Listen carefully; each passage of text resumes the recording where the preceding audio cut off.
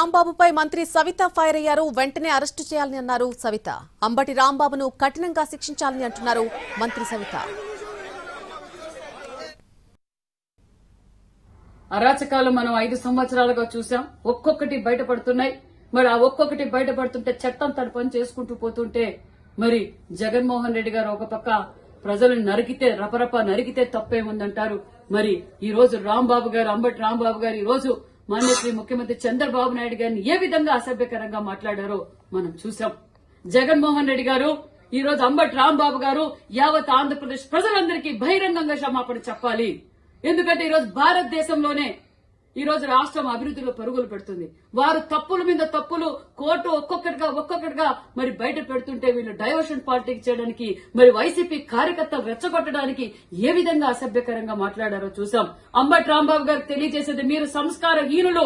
గతంలో మీరు మంత్రిగా ఉన్నప్పుడు కూడా ఏ విధంగా ప్రవర్తించారు ప్రజలందరూ చూశారు. మీకు మహిళలంటే గౌరవం లేదు. ఈ ఆంధ్రప్రదేశ్ ద్రోహి మీరు అనే విషయం కూడా తెలియజేస్తున్నాం. మీరు, మీ నాయకుడు, మీ వైసీపీ పార్టీ వారందరూ బహిరంగంగా ఈ రోజు చంద్రబాబు నాయుడు గారికి క్షమాపణ చెప్పాలన్న విషయం కూడా తెలియజేస్తున్నాం.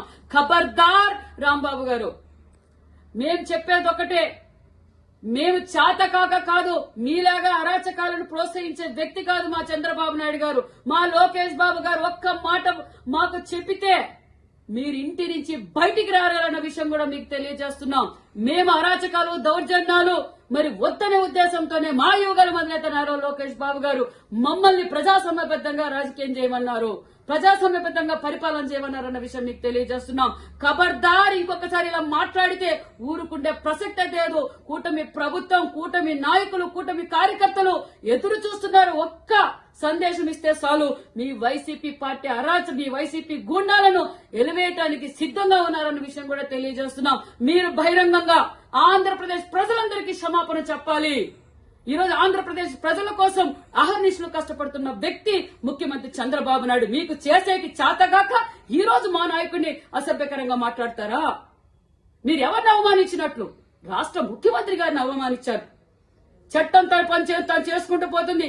ఖచ్చితంగా దగ్గరలో మీకు బుద్ధి చెప్తాం, దేవుడికి బుద్ధి చెప్తాడు, మరి ప్రజలు కూడా బుద్ధి చెప్తారన్న విషయం